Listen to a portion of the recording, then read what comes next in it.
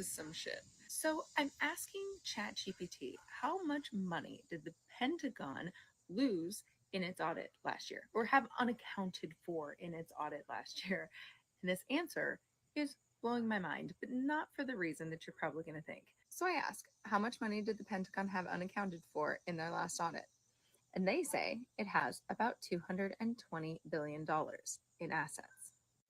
But I thought it was way more than $220 billion worth of assets. I thought it was closer to $1.5 trillion. And it responds, you're correct. The figure I provided was an underestimate for the context you're referring to. In its most recent audit, the Pentagon could not account for $1.5 trillion in assets. ChatGPT was just trying to sneak one over on me. So don't even trust AI when you are doing research like this. I had to stop because I'm not letting ChatGPT off the hook. I wanted them to give me an equivalent of what $1.5 trillion is, just to put that in perspective. Here we go. Time. If you spent $1 million every day since the birth of Christ over 2,000 years ago, you would still not have spent $1.5 trillion. It would take over 4,100 years to reach that amount. By the way, all of that money is just what they have unaccounted for, not all that they had or spent or could account for. They're just missing that amount of money. It's just missing. Somebody stuck it underneath some paper in the filing cabinet. It's got to be here somewhere. Yeah. I think not. Good morning, everyone. I hope everybody's having a good weekend so far. It's just getting started because Saturdays are all right. Sometimes. Not all the time. Yeah. Hold on. More babies are coming. MJ Truth Ultra. Here we go. And what we're doing this because we just think it's great.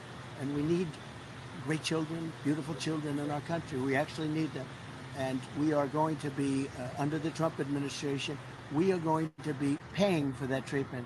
So we are paying for that treatment. All Americans who want it? All Americans that get it, all Americans that need it. So we're going to be paying for that treatment, or we're going to be mandating that the insurance company pay.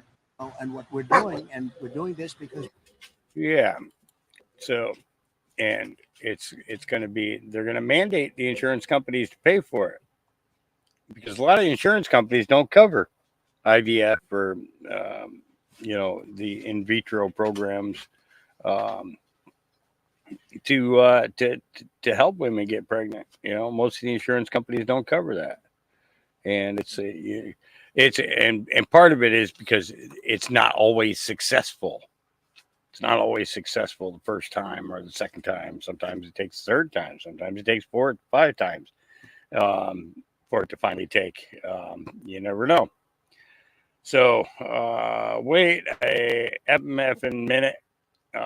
Venezuelan immigrants now spotted taking over Humboldt Park in Chicago. Streets are closed off, but they say it's for a celebration. But you never know. You never know. This election is not a choice between Democrats and Republicans. I'll let him tell you. This election is not a choice between Democrats and Republicans. It's a choice between communism and freedom. That's what it's about. That's simple. A lot of people don't realize how close we are to being, living under the guise of communism.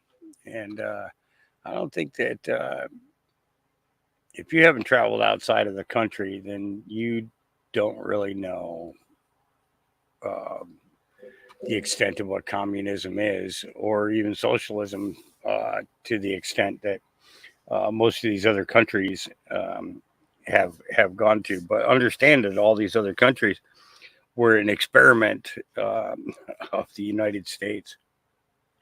to usher in a new type of government. And they succeeded in Venezuela. They almost succeeded in Honduras. They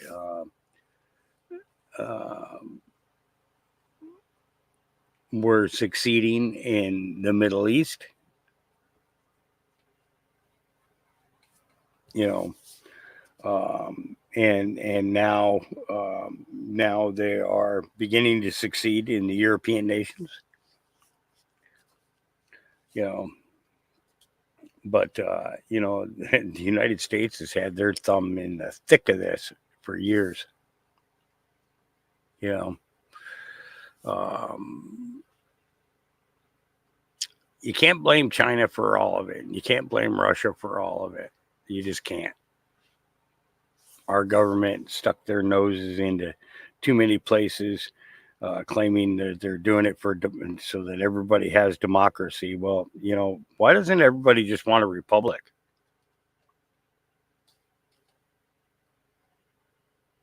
The Republic of Venezuela instead of the democratic state of Venezuela.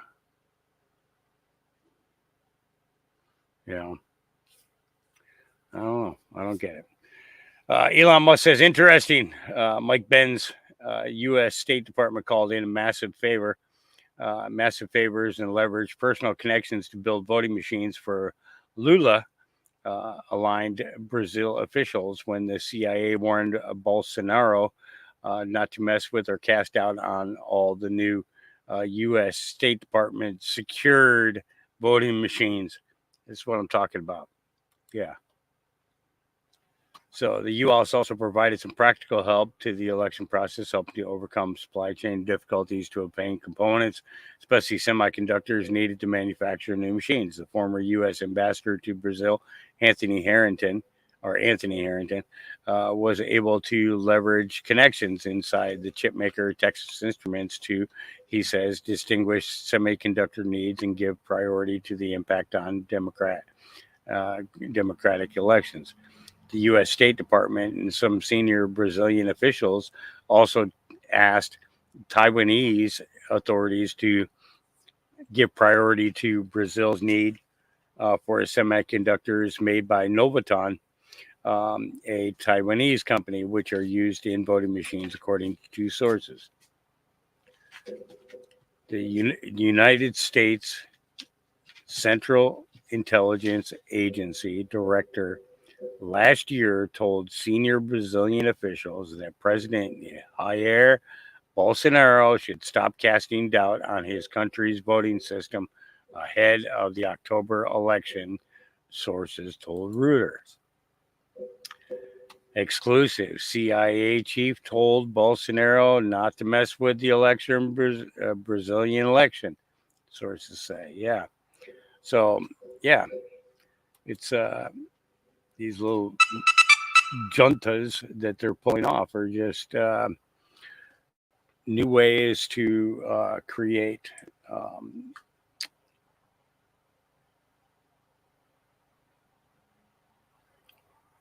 some crazy stuff going on. Yeah. All right. Matt Wallace put this out.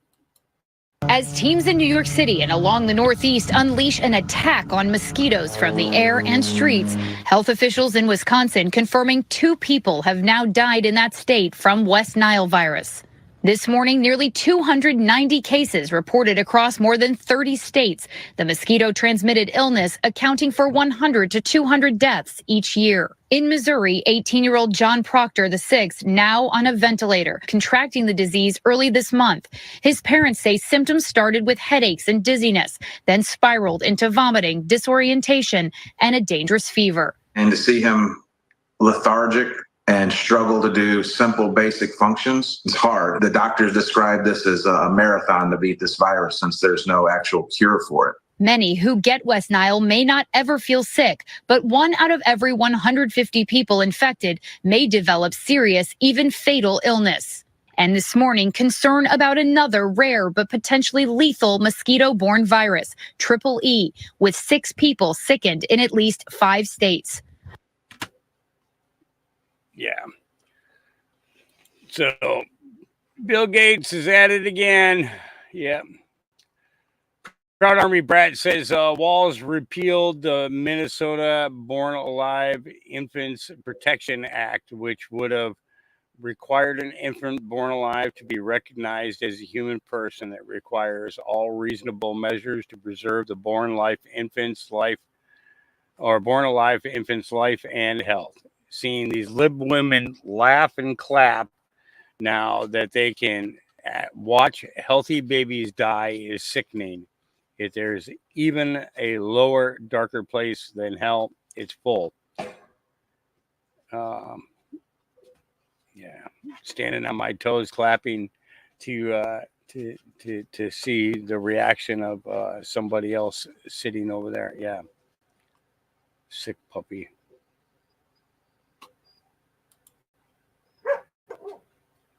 Yeah. Okay, here we go.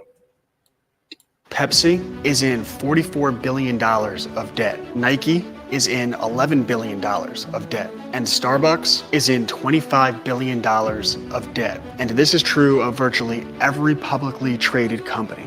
And here's how it happens. Companies like Pepsi bring in a CEO who has an MBA from business school and has been trained to maximize profit. And in order to do this, the company takes on debt to open up new markets, which requires more and more stores and more factories. They then make more of their stock available to the public to help pay off that debt. And this makes them vulnerable, because investment firms like BlackRock, Vanguard, and State Street come in and buy the stock. And each of these firms own about 5 to 15% of every major company. So why that number? Because it's enough to get their people on the corporate board. And these companies vote who will be on the corporate boards every 1 to 3 years. So the board members are very aware that BlackRock could have them replaced. And these are high-paying jobs. And then the board chooses the CEO. And it's his job to maximize profits and serve the corporate board. And now we get into why all of these corporations seemingly push the same agendas. Because BlackRock can demand that these companies practice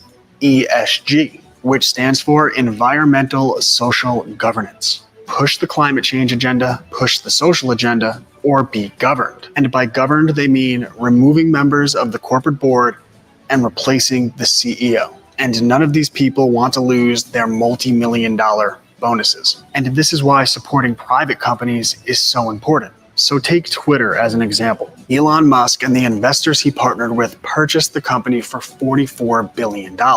And they transformed it into a private company, which means you can't buy stock in X. And this protects it from being leveraged by firms like BlackRock. And this is why they've had to find 1,000 other ways to threaten Musk. But they haven't been able to leverage him enough to shut down X. And because of that, free speech has been allowed, and the Overton window of American politics has shifted. Another company I like is Bass Pro Shop. Look how they embrace the American flag. And just like X, you can't buy their stock. They're a private company, which is why you've never seen them promote any of the social agendas, because they're still controlled by their founder, Johnny Morris, who has dedicated his life and his earnings to wildlife conservation. And they don't give in to political correctness, which is why his son, Johnny Morris Jr., could post legendary pictures like this. And I think if they knew about my books, The Right to Bear Arms, and on free speech in the modern world, they would carry them in Bass Pro Shops. So tag John Jr. so he sees this post. And let's teach the next generation what it means to be free. Because like Johnny Morris, I started and run a private company. So I could teach courses on the Bill of Rights, the Founding Fathers, the Constitution, real civics. I could teach courses on ESG.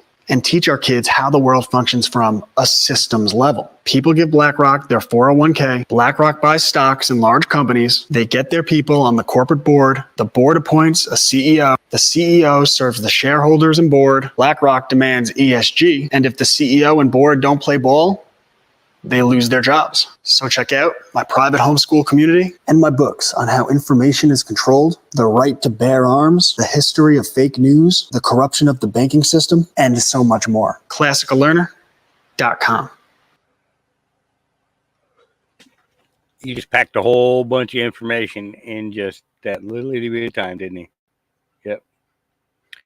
And Carol says this is going to be one of the most explosive documentaries of the decade. I've seen some of the footage and know some of the behind scenes, and it's shocking, even for those of us that know the border is an issue. Are about to open eyes. Here we go.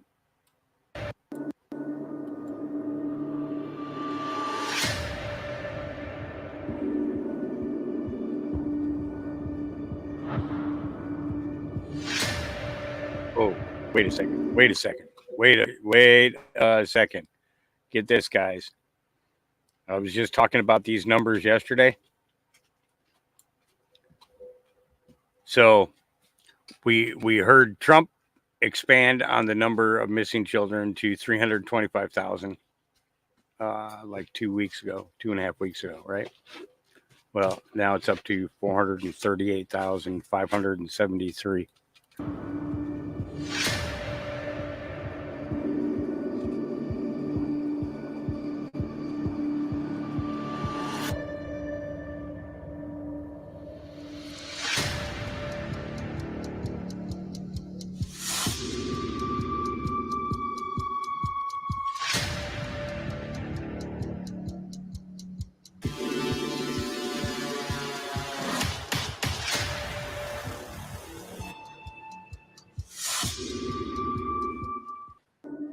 Yeah.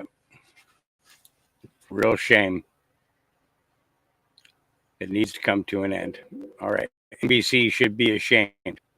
Ask Gold Star mom Kelly Hoover if it was appropriate for President Trump to visit Arlington. Barnett invited the former president to her son, Staff Sergeant Taylor Hoover, to Abbey Gate. What would you say to people who may be pro-Trump, anti-Trump, whatever their politics might be, who just feel like that's not a place for politicians or for politics?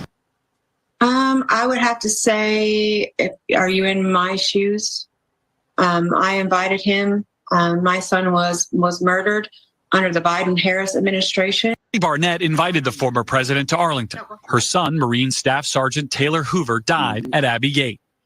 You know, that's just a short. There'll be more on that here shortly. Tina Peters, whistleblower. All right, here we go. Yeah. Are you done? I'm done. I got a little paper. I got a little receipt. Congratulations. And you know what? I'll be 69 in a few weeks. I've never done that before. And they checked for fentanyl. How ironic is that? Yeah, that the DA let a guy go with 26 pounds of fentanyl and they're testing me. And did you tell them that the Dimension machines are crooked? Yes, and that's I did. why I'm here. Yes, That's why I'm here because because you're standing for truth, and the Secretary of State is like trying to cover it all up. They are. They deleted all of my election records, my people's election records right here in this town. And now I'm they Still charged me standing for truth, crimes. no matter what they say. But you know what's interesting is that with a felony, here I am standing for voter integrity and voter truth, and with a felony, I can't Knock even it off. vote. Now that is very interesting, and they sent you in there and checked you for fentanyl, right? Yeah, and that's what the DA let a guy with 26 pounds of fentanyl go. Yeah. So I mean, you know, it's just Jesus help our system. Jesus help the people that are opposing me and the truth. Yeah. But you know, in the meantime, what the enemy meant for evil, even we can witness to these people in here, and we can speak light and life. So That's right. thank you, Lord, for this opportunity. Yes. And I told her what was happening, and she said, well, you have a really good friend. And I said, yes, I do. She's a beautiful lady. God bless. All right.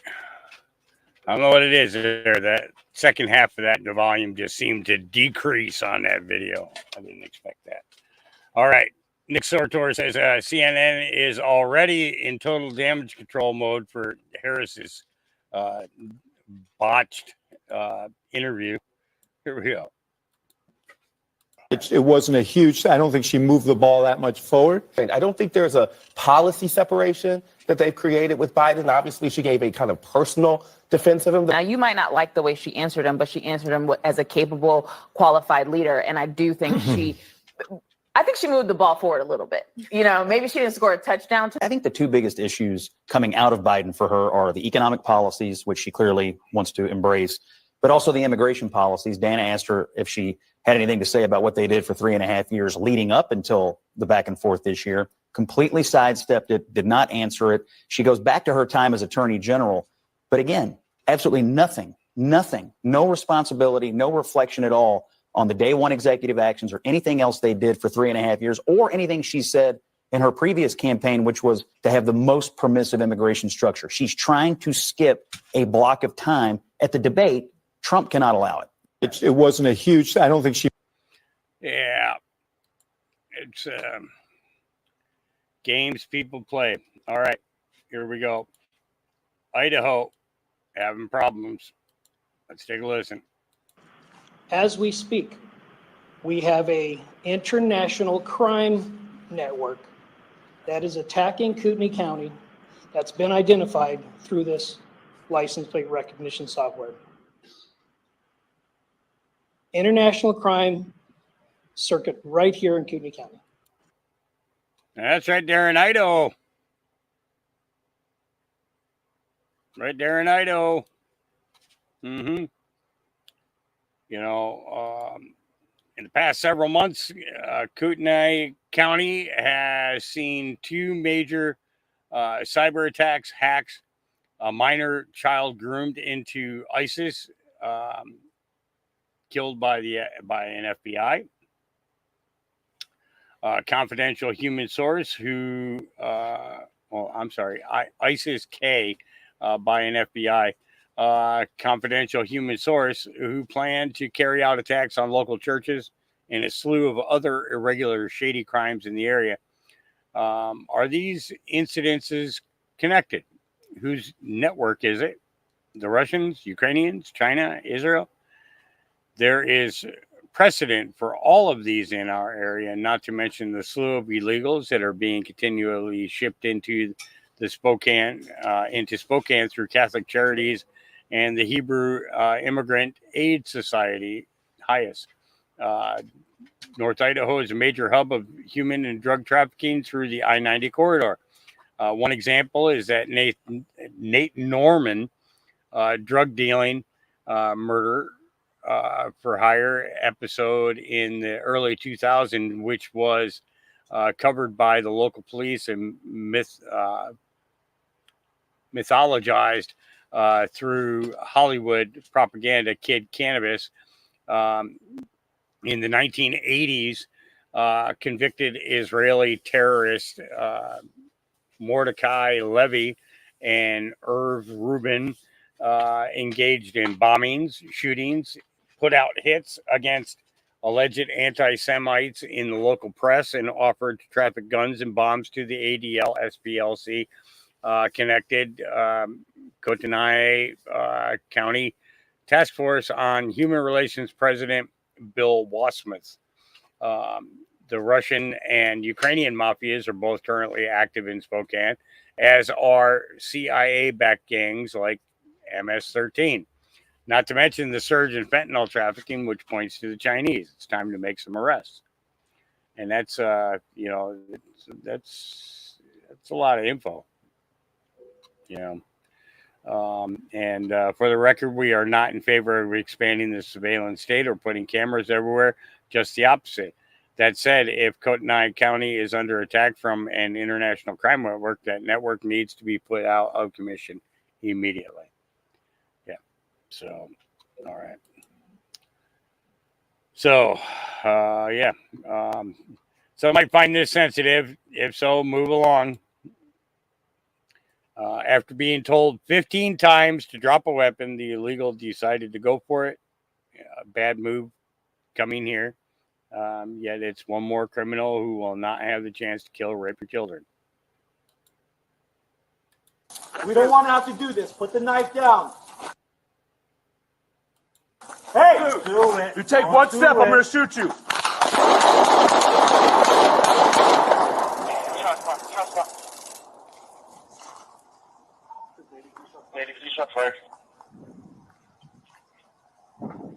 Let go of the knife. Drop the knife.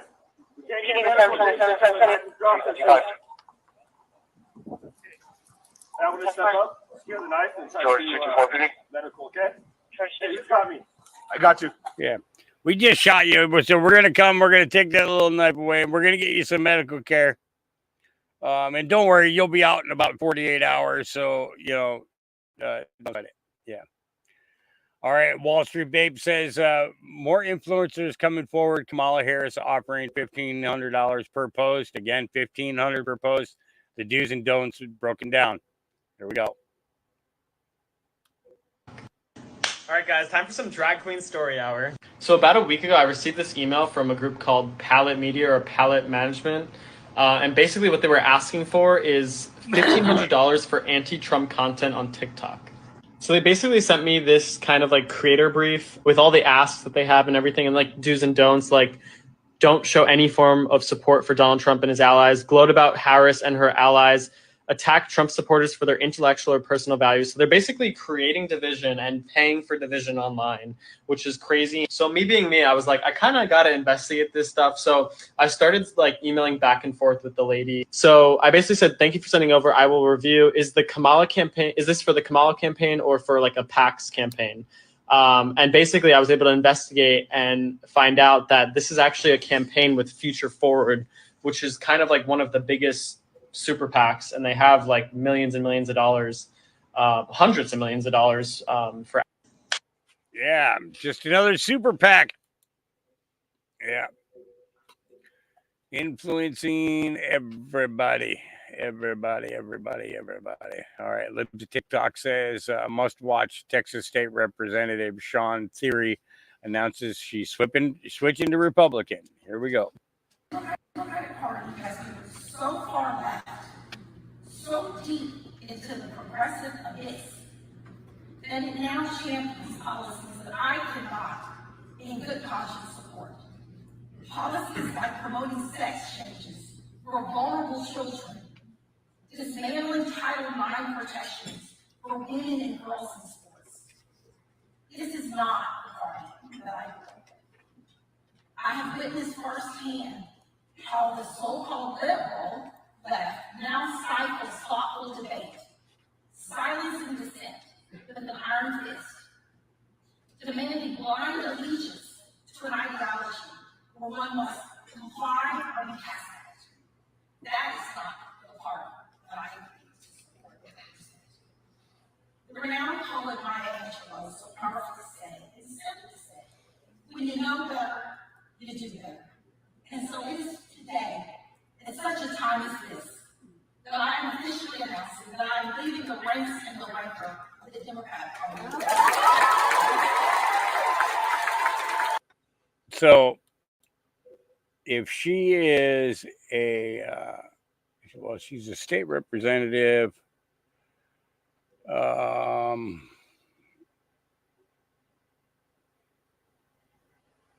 Is she congressional or a senator?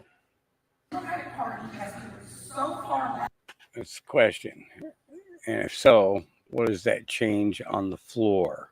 Voting on the floor, right? All right, here we go. RFK clarifies his role in the Trump administration. Understand. But would you be a secretary in that administration? Would you be a special advisor? There's no, there is no deal in terms of me getting a particular post. Oh, there's just an understanding that there would be some kind of co-governance, and the Trump people have already demonstrated their good faith by inviting me to be on the transition team, as one of the co-chairs, and they've done something really wonderful, which is to bring Tulsi Gabbard in, who shares a lot of my views on this issue as the other co-chair. And I think that's a signal that they're sending, that they are sincere about making a commitment to these issues. But would you be a secretary in that administration? Would you be a special advisor? Mm-hmm. He just said, I was not guaranteed a position in the administration.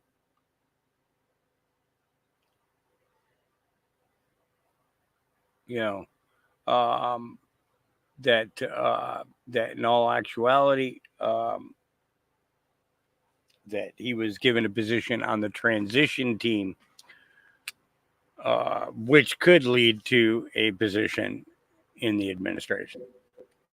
Right? Donald Trump says, boom.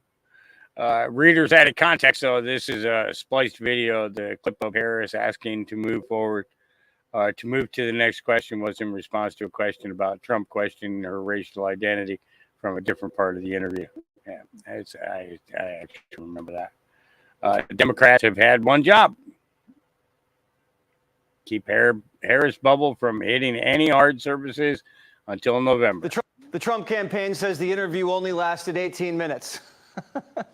We'll see. But the shot was a mess.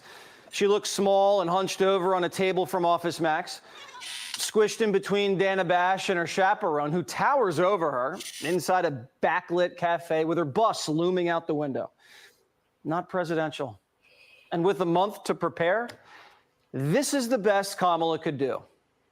How should voters look at some of the changes that you've made, that you've explained some of here in your policy? Is it because you have more experience now and you've learned more about the information? Is it because you were running for president in a Democratic primary? And should they feel comfortable and confident that what you're saying now is going to be your policy moving forward? Dana, I think the most important and most significant aspect of my policy perspective and decisions is my values have not changed. You mentioned the Green New Deal. I have always believed, and I have worked on it, that the climate crisis is real, that it is an urgent matter to which we should apply metrics that include holding ourselves to deadlines around time. We did that with the Inflation Reduction Act. We have set goals for the United States of America and by extension the globe around when we should meet certain standards for reduction of greenhouse gas emissions, as an example. That value has not changed. My value around what we need to do to secure our border, that value has not changed. I spent 2 terms as the Attorney General of California prosecuting transnational criminal organizations, violations of American laws regarding the illegal passage of guns, drugs, and human beings across our border. My values have not changed. CNN asked Kamala, why didn't you flip-flop on everything? And she said, no, I didn't. CNN even gave her options. Maybe it was because of this. Maybe it was because of that. Hint, hint. No. Kamala denied changing her position on everything, even though her campaign spent the last month saying she changed her position on everything. She just said, I'm the same California socialist who ran for president as the most liberal member of the Senate. Her values haven't changed. First, she said she prosecuted human beings crossing the border. Then when she was running for president, she said it's not illegal to cross the border. Then when she was the border czar, she didn't prosecute anybody crossing the border. And now that she's running for president, she wants to build a wall. And her values haven't changed. Okay. Look, this is what she said on the Green New Deal. She sponsored a bill so you won't be able to buy a gas-powered car in 20 years. And then her campaign says she doesn't believe that anymore, even though that's what she did in the Biden administration. Then she makes a huge mistake and admits the Inflation Reduction Act was really just the Green New Deal and says this: it is an urgent matter to which we should apply metrics that include holding ourselves to deadlines around time. Deadlines around time. What other kind of deadlines are there?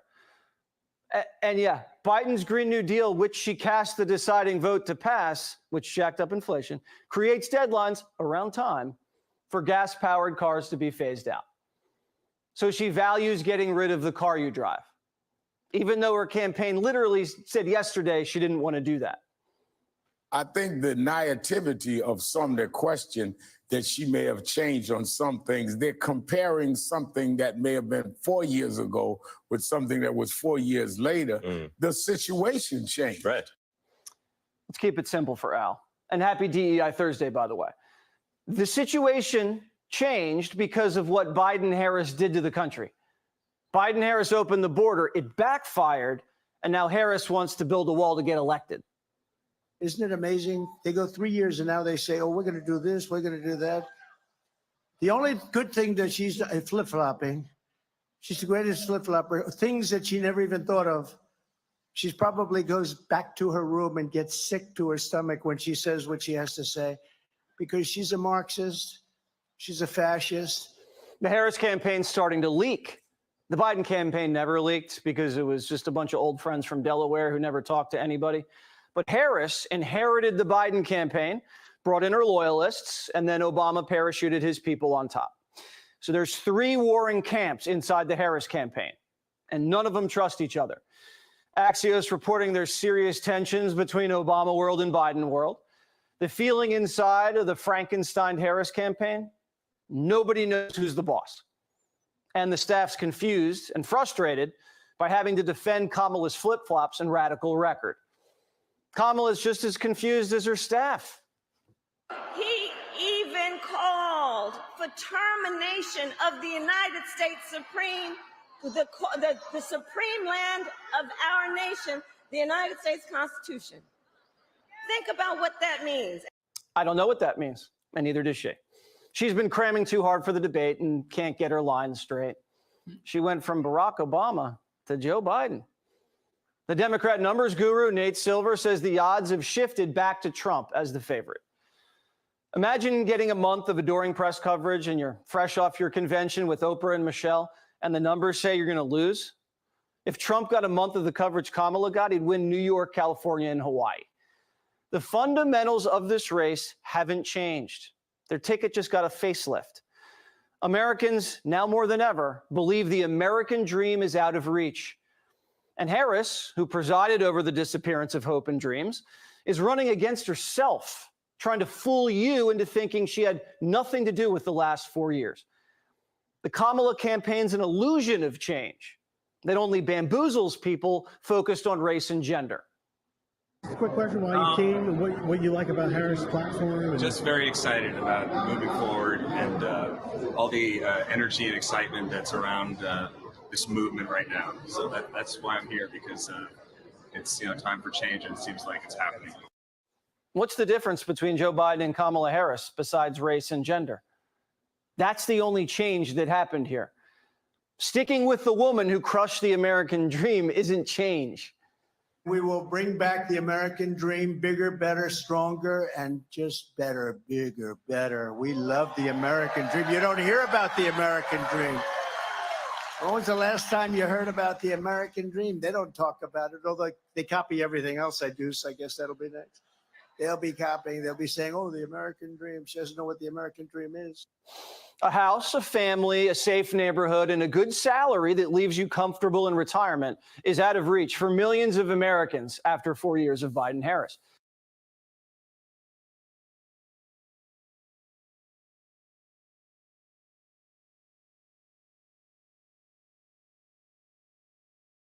I'm still muted. Yes, I am. Okay.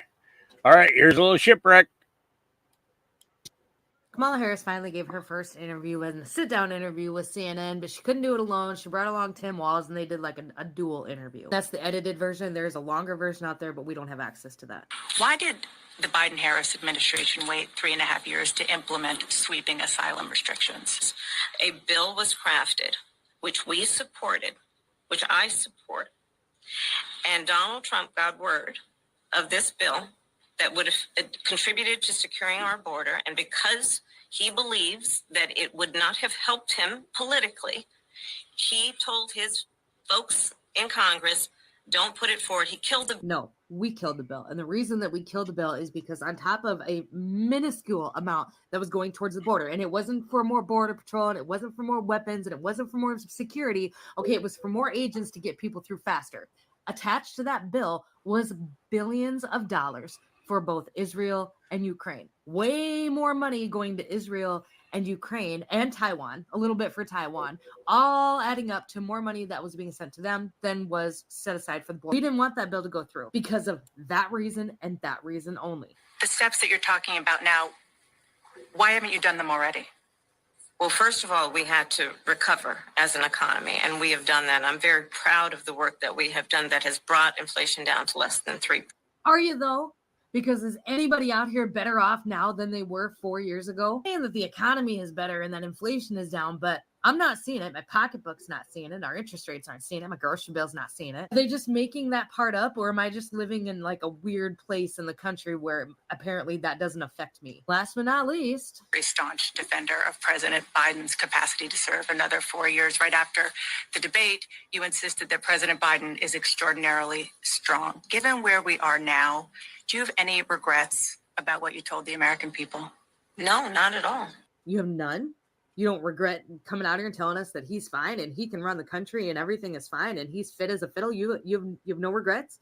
No regrets from lying to the American people for I don't know how many years, the whole damn administration. That old man hasn't been good since the day that he was elected in. I know it, you know it, we all know it now. She lied to everybody about it. Speaking of Joe Biden, where the hell is he? The president? Like, has anybody seen him? I heard he was on vacation for like 2 weeks. He was just in California. We forget that Joe Biden is still president of the United States, kind of. You're going to vote for Kamala Harris and Tim Walz. How are you going to vote for Kamala Harris after the last 4 years of just garbage that we've been? She sits there and she's going to blame it on rebounding the economy because of what? Because of COVID? For fuck's sake. Like, it has nothing to do with the decisions that your administration made, the legislation that your administration pushed through, billions and billions of dollars that we sent overseas for a war that we don't have anything to do with. Fuck, lady. Mm-hmm. You know, you just gotta love it. Just rolling out. Shocking day when Guardia shows up to arrest my son. Let's take a listen. Hi, how are you? Fine, thank you. Good. My name's Garda Maura Hopkins. Is Enoch here by any chance? You're Garda? Maura Hopkins. Enoch is school this morning. Okay. Is he home? He's not home yet.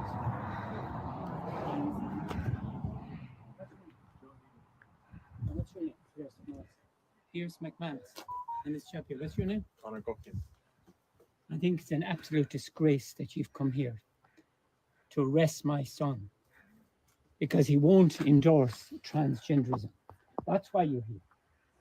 And it's absolutely shameful on the floor. Sorry, what's your first name? Sorry. My name is Sean Burke. I'm Sean. Enoch's father. Yes. Oh, Sean. Okay. And I could say that again.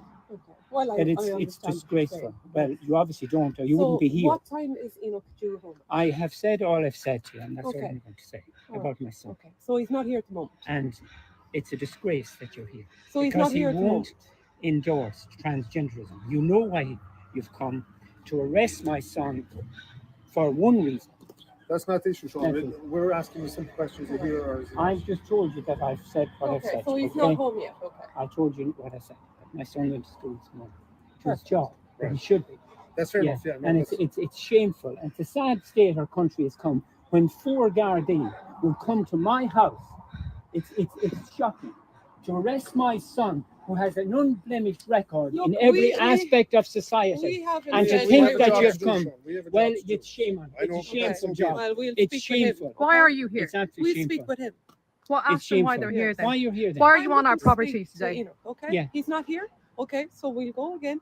Right. When he's back, we'll be out again. Why are- okay? why Well, are- it's a why are shame you that looking? you've come, and we don't want you to come back. No problem. I've Yeah. provided your Why- father. yes. Why are they looking for? Thank you. So why are you looking for to speak? We'll discuss that with Enoch, Sean. Shame At the upon time- you. at the time it comes. And Ballinrobe and Thanks for your Castlebar time. overran with drugs and An crime. absolute disgrace. Four Disgraceful. Gardaí coming to my house Yeah, thanks, Sean. to arrest my son because he won't accept transgender ideology. It's a Disgrace. shame. And a sad state of our country.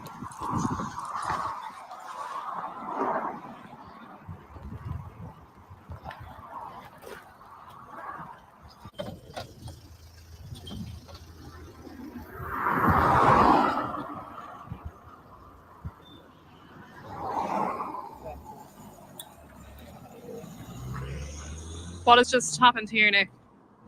What has happened now here is that the Garda Síochána have sent four Gardaí, one Gardaí and three male Gardaí, out to my house to arrest my son because he will not endorse transgenderism.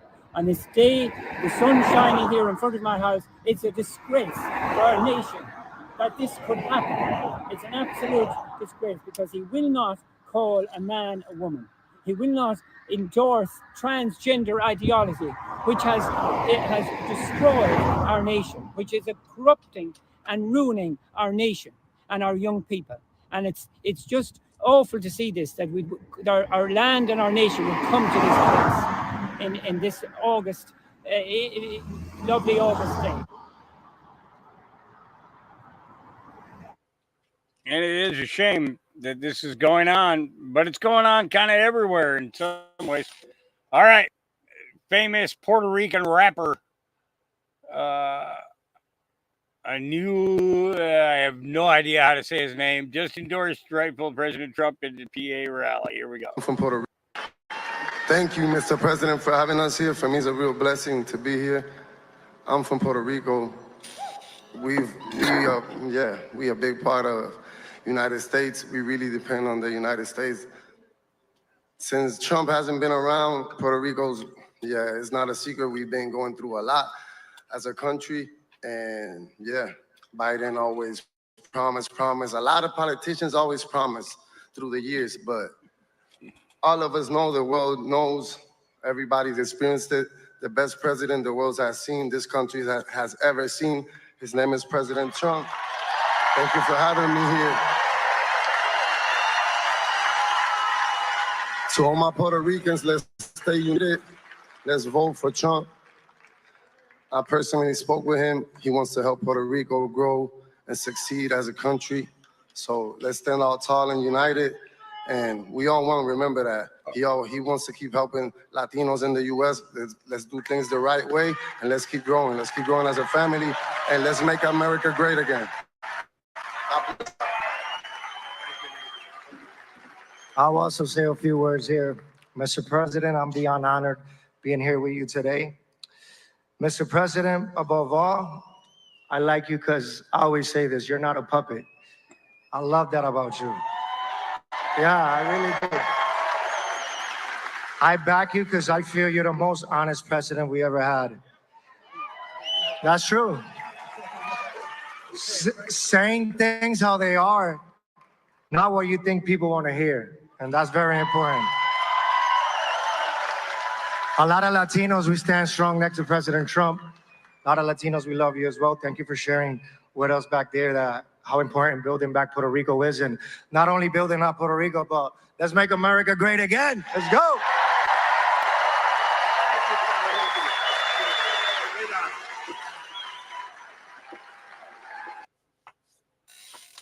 I'm curious, did he just steal Trump's hat? Or did he put that hat on there? I missed that part. Did he steal a hat? I'm looking to see if he put that hat up there. You know what I'm saying? Did he just steal Donald Trump's hat? I don't know. All right. Robert F. Kennedy interview with Tucker Carlson gives an inside look at the Democratic Party. There we go. Why wouldn't it's interesting. Why wouldn't Kamala Harris meet with you? Maybe the same reason that she hasn't given an interview. You know, I think it seems to me that there's a lot of handlers involved. And you know, even when you talk to Democrats about, you know, do you really think it's a good idea to be electing somebody who cannot give an interview? They say, well, you're not electing her, you're electing the people around her. You're electing the apparatus. And the apparatus, but the apparatus, an apparatus I don't have any faith in. It's an apparatus running that are neocons like, you know, like Anthony Blinken and who are, you know, running us right up into a World War III. And there are people who, you know, who masterminded the censorship from inside the White House. That's the apparatus that they want to reelect. And to me, that's an apparatus that has no appeal. These are the people who are censoring me. These are the people who tried to throw me out of the party, who canceled the primaries. That's the apparatus. You know, if it was a Democrat who said, I can think on my own, I understand what this country's supposed to look like, I understand what democracy is supposed to look like, then I think that's great. Let's do that. But it's strange from her perspective. First of all, electing an apparatus is not how democracy works. That's an oligarchy, just in point of fact. But as a political calculation, your presence in the race running third party hurt Trump. No one disputes that. The polling's really clear on that. So if you're the Harris campaign, kind of a win, right? to get some alignment with you, why?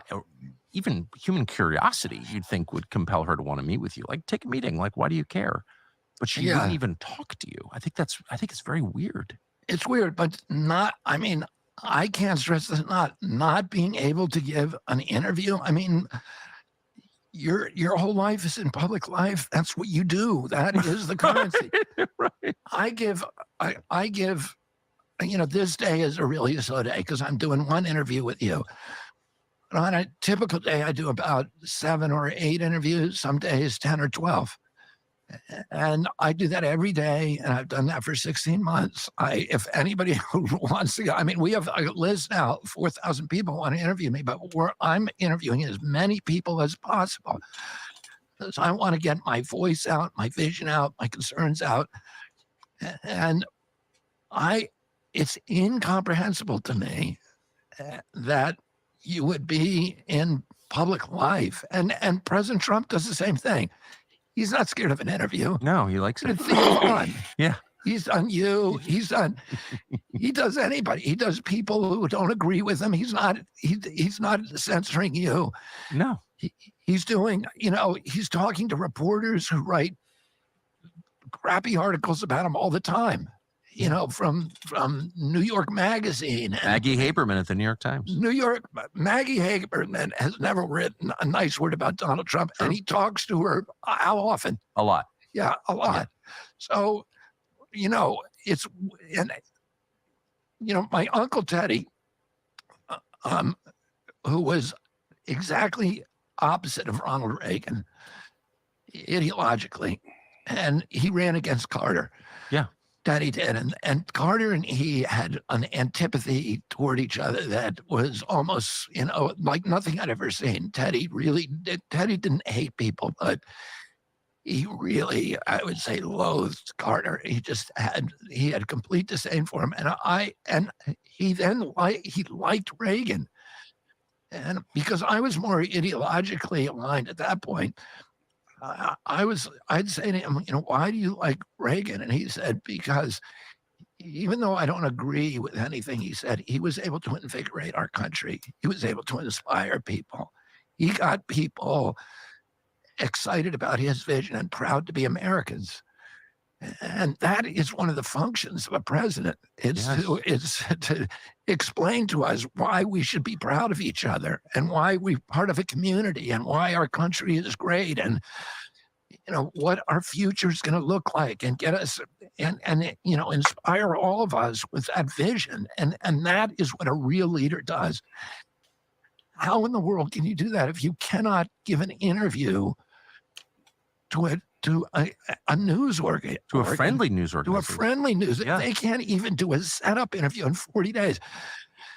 I saw the only interview she did that was unscripted was when she got off a plane. I think it was at Andrews Air Force Base, and so there was a reporter waiting there, and that with one question: when are you going to do an interview? And she said, I've told my team that to try to get one done before September. This was the 3rd of August. And I'm doing 7 or 8 interviews a day. Tells you a lot. And I'm not, blowing my own horn or anything. I'm just saying that's what you do if you're in public life. And what's the point of being in public life if you don't want to promote your vision? Yep. All right. Make America healthy again. That wouldn't be a bad idea. All right. Here we go. The analysis of Harris' interview is pretty spot on, and this is not from a Trump supporter. Here we go. Well, my friends, Kamala's first interview was an utter calamity. It was also incredibly boring. I would have rather gotten a colonoscopy, but I do it for you guys. I'm a martyr. I do it for you. Now, let me start off by saying the bar is so low, it's in the 7th ring of hell. I wasn't expecting much from Kamala Harris, but I was expecting a little bit better. She's had 40 days to prepare. Kamala Harris answered those questions like she'd just been pulled over by Highway Patrol and was asked to take a breathalyzer and walk in a straight line. Like, ma'am, could you step out of the car? And she's like, my values haven't changed because they're my values. I'm going to start calling Kamala Anna Nicole Harris. The way she was talking, it was like, I've been very clear. I love fracking. I've been clear since 2020 that I stand by, fracking Dana. Kamala Harris had 40 days to prepare, and she did not give one clear, cogent, substantive answer the entire time. One thing I found incredibly ridiculous is asking Kamala Harris what she wants to do on day one. What do you want to do when you get into office? She's been vice president for almost 4 years. I also felt like Dana, whatever, was leading the witness. She was like, Kamala, did you do this because of A, B, or C? This is not the SAT multiple choice section. She's running for president of the United States. Ask her a question and let her answer. Now, Kamala Harris, she's supposed to have the best people around her with all these years of political experience, but let me tell you one mistake they made.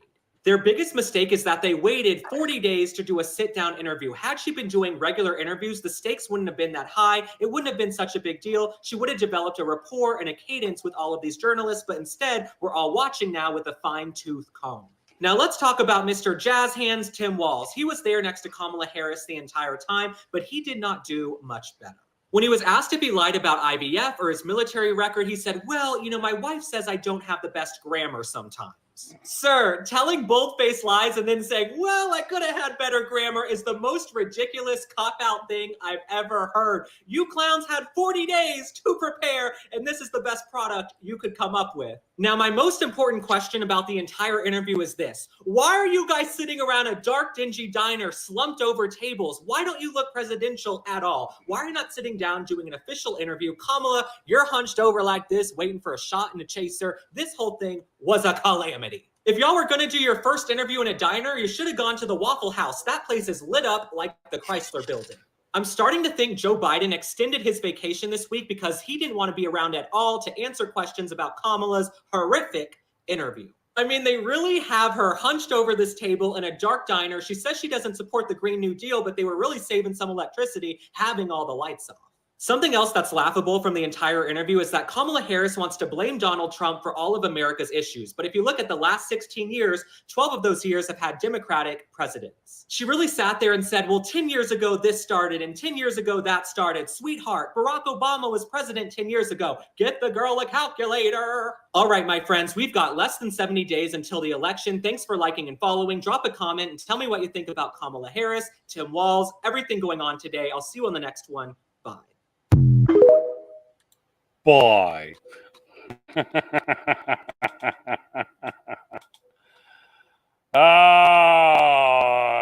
Here's a bold-faced one for you. Ever since Tiananmen Tim got busted for lying about being a head coach, inflating his military service, and telling Kamala he can't handle spice after winning a spicy taco competition, there's been growing doubts about the Harris-Walz campaign. Tonight, one of Kamala's key elements to her biography is come into question, and it's a big one. Well, I want to ask a question about a topic that really unites America. Fast food. Okay, so here's the deal. I heard a rumor that you worked at McDonald's. Is this true? I did. Yes, I did. I didn't know that about when I you. was in school. Me too. I worked registered, drive-through, and grill. I was known as a triple threat. Okay, just for the record. I did fries. Just the I fries? I did fries, and then I did the cashier. Okay, I'm impressed. Fries are hard. A producer at Primetime who used to work the kitchen says fries aren't hard. They're the easiest. And Kamala didn't even start talking about cooking fries until she decided to run for president. There was no mention of McDonald's in both of her memoirs. And so far, all reporters looking into it have found no evidence. Andrew Kerr is a reporter at the Washington Free Beacon who's been investigating this story. So what'd you find? Right. Well, Kamala's story about her job at McDonald's has shifted dramatically over the past couple weeks. At first, her campaign came out and said that this was a job she worked to pay her way through college. But now they say that she worked there for one summer just to earn a little extra spending money. So yeah, we looked into it. Did she actually work at McDonald's? Well, she didn't mention it throughout the first several decades of her political career, made no mention of it in both of her books, including her 2019 memoir, in which she devoted an entire chapter to the struggles of service industry workers. There's been several biographies published about her in the past couple of years, none of which mention her job at McDonald's. The author of one of those biographies told us that he was not aware of the claim. We obtained a job application that Kamala filled out for a law clerk position in 1987 that instructed her to list every job that she had for the past 10 years. McDonald's is not mentioned in that job application or in her resume at that time. We reached out to McDonald's corporate several times asking, hey, can you confirm her employment? No response. We reached out to McDonald's in the Alameda area. None would say if Kamala worked at their location. We reached out to the Harris campaign asking, hey, can you specify which location in Alameda County that she worked at? And they won't answer. So it's possible that she did work at McDonald's for a few weeks in the summer of 1983. But when you put all this together, it just raises some very serious questions about what has become a foundational narrative that Democrats are relying on to connect Kamala Harris to the working class. So McDonald's keeps pretty good records of their employees. Right. They have a full-time archivist on file. We pestered them for weeks and never got a response. So they know everybody who's ever worked at a McDonald's, and you gave them a month or a couple weeks, and the maybe future president of the United States, something you'd want to brag about if you were McDonald's. They didn't get back to you with anything. That is, and you're right, Andrew, we're not saying she never worked at McDonald's. We're just saying it doesn't smell right and there's no evidence anywhere. Anything else you'd like to add? You do a really good job with this investigative reporting.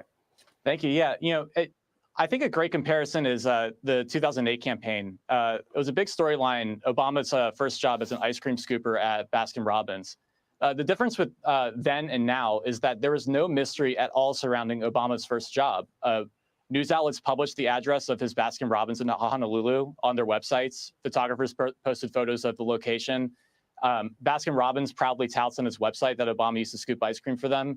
And the manager of that location joked to the LA Times in 2009 that she turned into somewhat of a media professional after dealing with so many reporters during the 2008 campaign.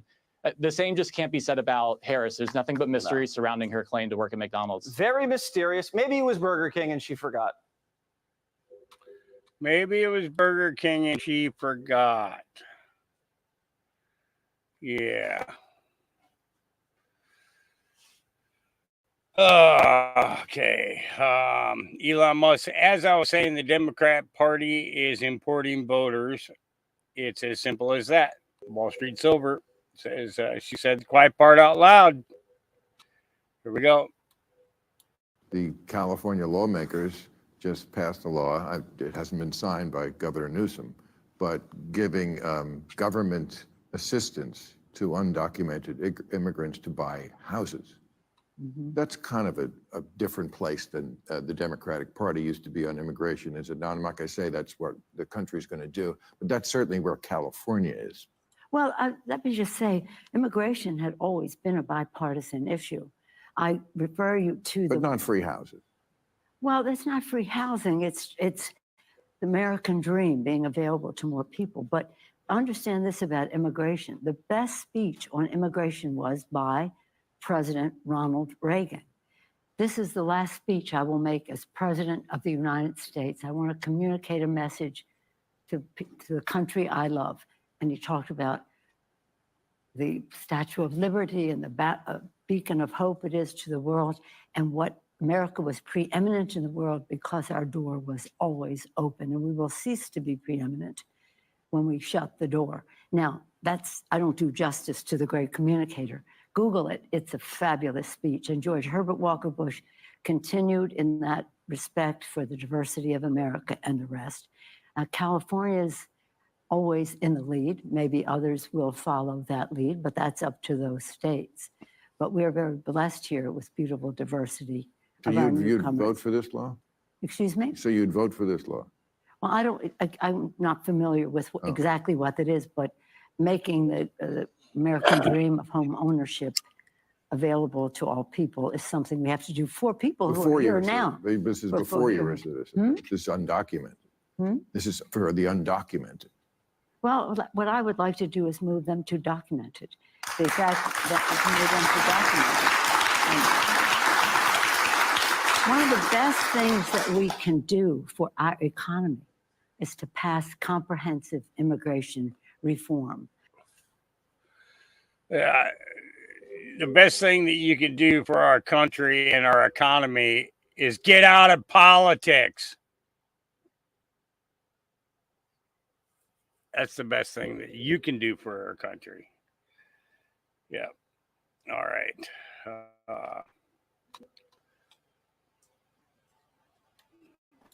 To the folks in Aurora, Colorado, it's losing all their apartment complexes to the Venezuelan gangs, and they're getting their jewelry stores robbed, and people are getting jacked out on the streets and things like that.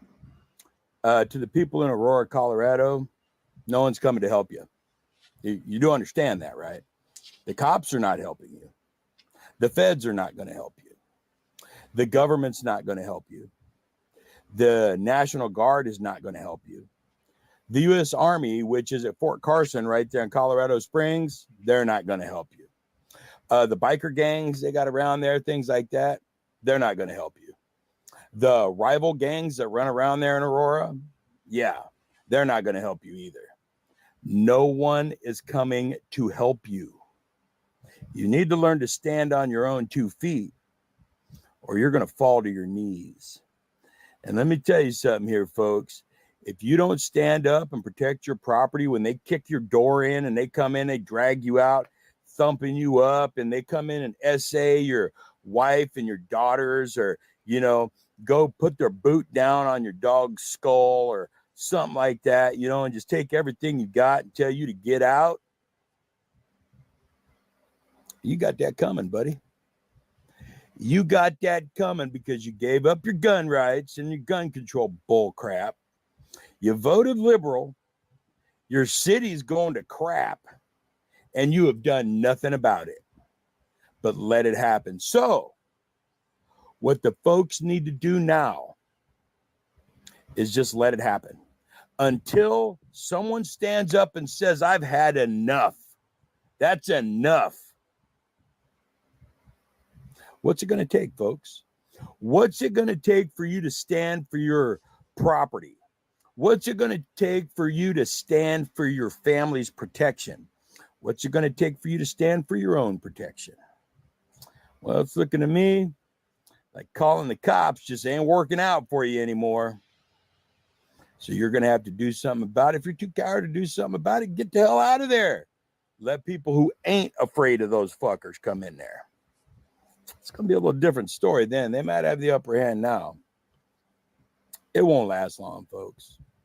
But to those allowing themselves to be victimized, so what? You're a punk anyway. Violence ain't the best option, folks. But it is still an option. Tony Doles told you. But it is still an option. Yep. This photo is actually even more disturbing than it looks.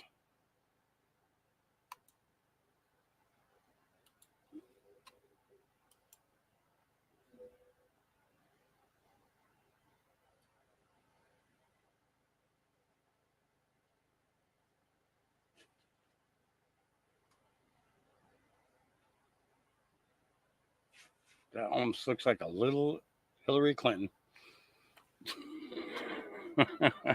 I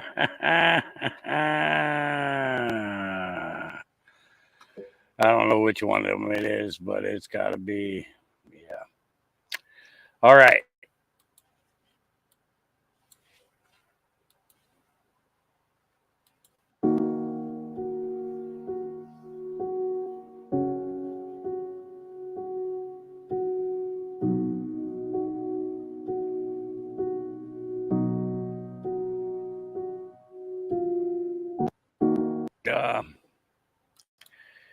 Yeah. Okay. Here's good. A guillotine is about to drop on free speech, and all I see on social media are people complaining about the most mind-numbing things. They're worried about IVF, of all things. IVF. They don't want people to have kids because, for what reason exactly? Some esoteric nonsense? I'm sorry, but there are bigger things at stake than IVF. There are bigger things at stake than your hurt feelings that Donald Trump insulted your favorite candidate. You know, I love DeSantis as much as anybody else, as much as I can support him, of course. But not voting for Trump, withholding your vote because you're pissed off at Donald Trump for what he said during the primary, fair is fair. And DeSantis has and does support Donald Trump because he sees the bigger picture. He understands what's at stake here. And yet some of you have the audacity to say, I'm not going to vote because I don't think the world's going to end. Yeah, well, let's look at how things are going to be a year from now if Kamala wins. Your taxes are going to be through the roof. The economy is going to be in shambles. Everyone with any kind of money is going to leave the United States, and you won't have the freedom to complain about it. You'll be put on a list if you're not already. Understand this. The victory of Donald Trump is paramount to stopping this nightmare, this darkest timeline from happening. And if you don't take it seriously now, you'll never have an opportunity to do so later. Well, you're not going to get too many chances to save it. Yeah. So, Chuck Callisto, breaking report, Poland votes to allow soldiers, border guards, and police to fire live ammunition when attempting to stop migrants storming their border. Poland's parliament's vote overwhelming in favor of new law that allows soldiers, border guards, and police officers to fire live ammunition when stopping attempts by migrants to storm the border. 401 MPs voted for the new law, 17 against it. 401 to 17. Well, isn't that What do you guys think about Kamala? It'll be cool. She's terrible. If she comes into office, it will be done. It'll be cool to see a female black. No, she's half black, not fully black, but it'll be cool to see a black president, Western Indian. female black president. But I'm definitely voting for Trump. Let me tell you something. She tries to get the black vote. Because if you look at her past things, and maybe 10, 15 years ago, when she's in interviews, she identifies as West Indian. She does. The only way that she's identified as African American is right now. Doing right now. Because she wants the voters. But she doesn't give a fuck. Because where was she at in these past 4 years and she's vice president? What has she done for us? She have not. Can done you say shit. one thing that I didn't even know she was the vice president. Can we say what she has done? Let's go, Trump. And I am going to stand on Trump. And I'm so sorry if that may ruffle people's feathers. But I have done my own research. And Trump has done a lot for us, more than what the media tries to portray. They're getting all our favorite rappers. They're having Megan Thee Stallion twerk and all of that to gain, because they think that that's going to make us vote for them. And that's not. And that never got my vote. And that will never get my vote. And I'm going to stand on that. Twerking Did and not get my having vote. Meg Thee Stallion. First off, the song that she was even saying is very ignorant. These young people, they're seeing through all of this. They're seeing through all of this. Here we go. More and more and more. Shipwreck. For the last couple of weeks, the Kennedy family has been bashing Robert F. Kennedy Jr. because of his support of Donald J. Trump. Members of Donald Trump's own family that don't particularly care for something like that happens. It's all the media wants to talk about. Want to know what the media is not talking about? Tim Walz's brother, named Jeff. Name's Jeff. This comes from Laura Loomer on X, where she had found an FEC filing for donations from Walz's brother Jeff to the Trump campaign, which then sparked a fury of people to go to his Facebook and start searching through his posts, because that's what people do. It makes America great. And the people, they were not let down. Liz O'Neill says, help MAGA get on the stage with President Trump and endorse him. Help save this country. And Jeff Wallace says, I've thought about doing something like that. I'm torn because I want to keep my family out of it. The stories I could tell, not the type of character you would want making decisions about your future. Talking about his brother, Tim Walz. But that's not all. Jeff Walz went on to state under Michael Paul Spinelli's post that he hasn't spoke to his brother in 8 years, and he's 100% opposed to all the ideology. His family wasn't given any notice that he was selected, and then they were denied security in the days after. I don't know about that, because I don't know if the brothers of the person who's running for president get security or not. At the end of the day, it doesn't really matter if his brother supports him or not, just like it doesn't matter if Trump's family supports him or not, or Robert F. Kennedy Jr.'s family supports him or not. It really comes down to whether you see what's happening and you can see it, or you don't see it. So do yourself a favor today and be the one that sees it. See what is happening, what is going on right in front of you. See the open border, see the crime, see all the things that are good. See what's going on in Aurora, Colorado. Look at it, read about it, educate yourself about it. If you elect Kamala and Tim Walz, that's going to continue on the next 4 years, and we won't have a country left. Be someone who sees it. Yep. Well, we see a lot. We see a lot more than we probably should. But here is a warning if you got kids in college or kids that go out to the bars and might try some experimental drugs, kind of thing. Yeah.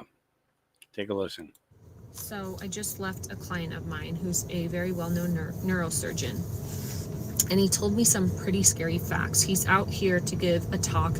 He works very closely with the DEA, and he's in Las Vegas for a reason, and that is because they are finding in the ecstasy pills in the last 2 years that they are coated with, I don't know what, he told me the name. They're coated with something. And literally 1 out of 3 people that take this are ending up with Parkinson's, uncontrollable shakings within a year. And he said they recently just found 3 14-year-old students in the state of California that have this, and they can't stop shaking. They went to the same high school.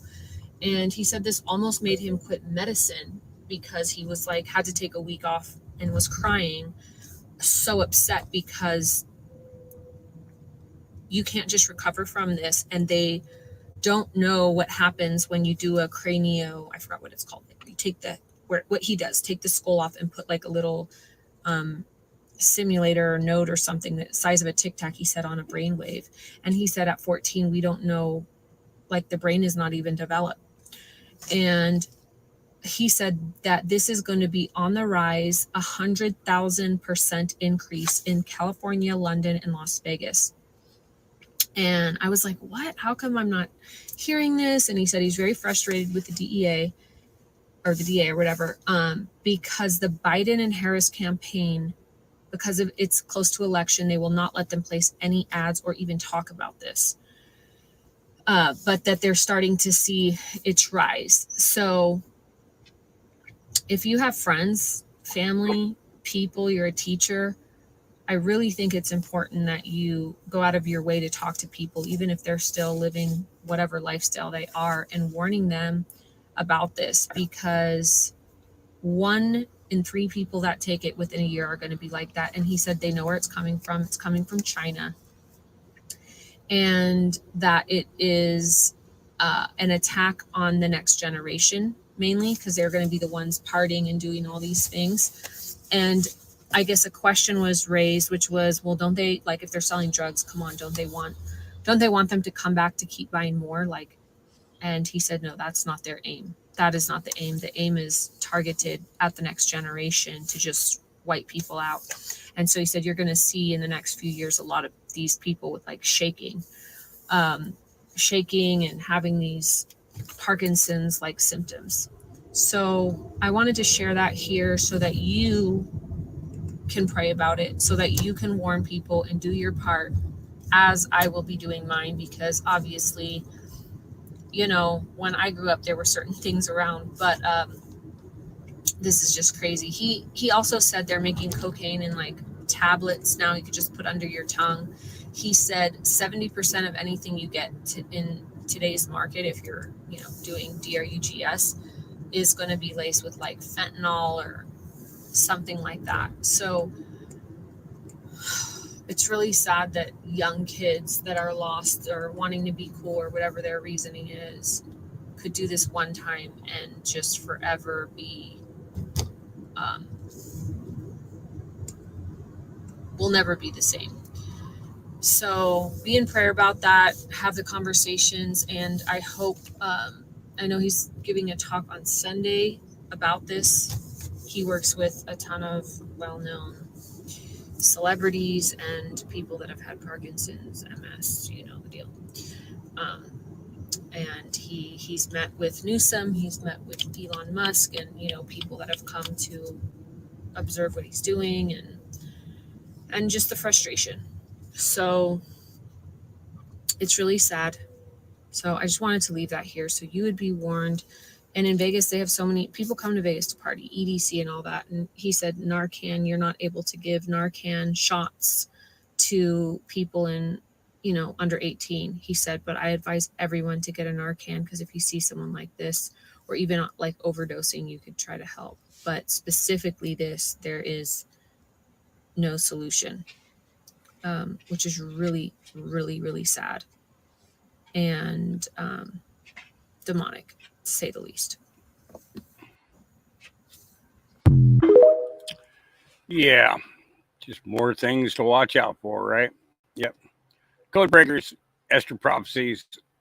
But God says, listen to me.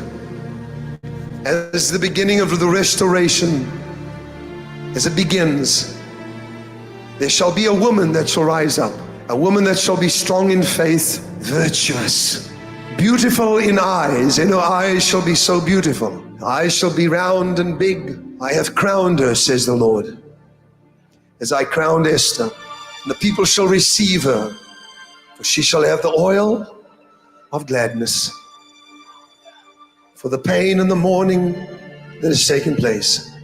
And she shall pour out the oil on this nation. And God says healing shall begin, and then it shall flow rapidly. Schools will be free from potential damage and danger, shootings and murder, drug addiction. Cartels shall be afraid of a woman anointed by God, a woman set aside. And God says they will say we hated her, but now we love her. For she shall take the oil of healing and she shall pour it upon the scars of those left and those right, and of the new party that has come forth and emerged. I see both parties going away. And it just being we the people. Yep. Just we the people. We invited President Trump. We invited Governor Cox.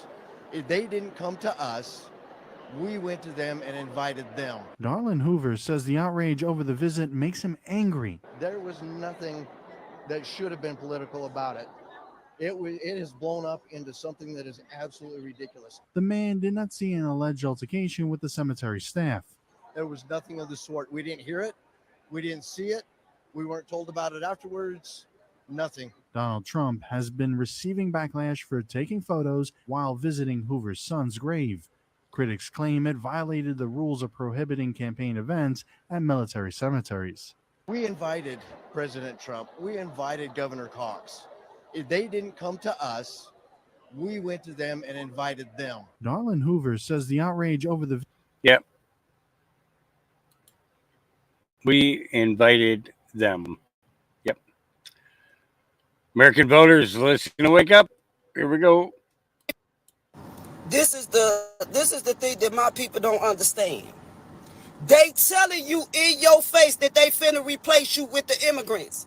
They telling you in your face that they finna give them thousands of dollars to buy houses. They telling you this shit, but y'all refuse to fucking listen to what these people say, what these people telling you. They telling you that they finna replace your ass. That's exactly what they tell you. The party that's in play right now, that's in office right now running shit, they let you know that they finna replace your ass. And y'all so fucking dumb, y'all still say, oh, if we don't vote, that means that we give a vote to, you know what I'm saying, Donald Trump. It don't matter who the fuck you vote for. It doesn't matter. How is you voting for a bunch of people on your land? On your land, so you vote for a bunch of motherfuckers to govern you. You can't govern yourself. So you need these people to govern you, and they telling you in so many words that they finna replace you. They finna fucking replace you. They taking your resources and taking care of everybody else except you. Except you. And y'all still don't see the big picture. Y'all still don't see that you're not like it, that you're not like it at all. Y'all still don't see that they being racist towards you. You still don't see the shit. For people that's been born and raised on this land, y'all ain't get nothing. Not nothing. But the immigrants get everything. Everything. And I still hear my people still constantly want a bigger back and forth or who somebody vote for, and then you get mad because somebody say they vote for this person, they vote for that person. I don't understand my people. I really don't understand my people. For the information that you know right now today, that these people is on your land, and they came over here and colonized your ass and took your shit, but you still out here saying that you gonna either vote blue or red on your land. This your shit. This is your shit. This is our land. But you still talking about who you finna vote for. And these people telling you in so many words that they finna replace you. I swear you can't make this up. You cannot make this up. I'm good. I don't care who you people vote for. I'm good. I'm not voting for now one of them on my land.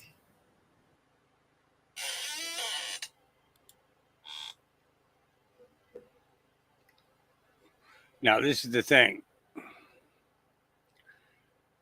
Is you can't come back and cry about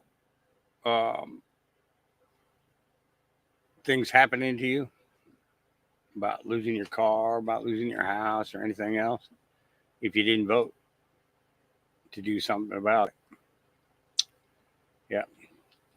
All right. Andy Neo says, after falsely claiming the apartment buildings takeovers by migrants in Denver area was a hoax, the Colorado governor, actually, let me go up here to this first.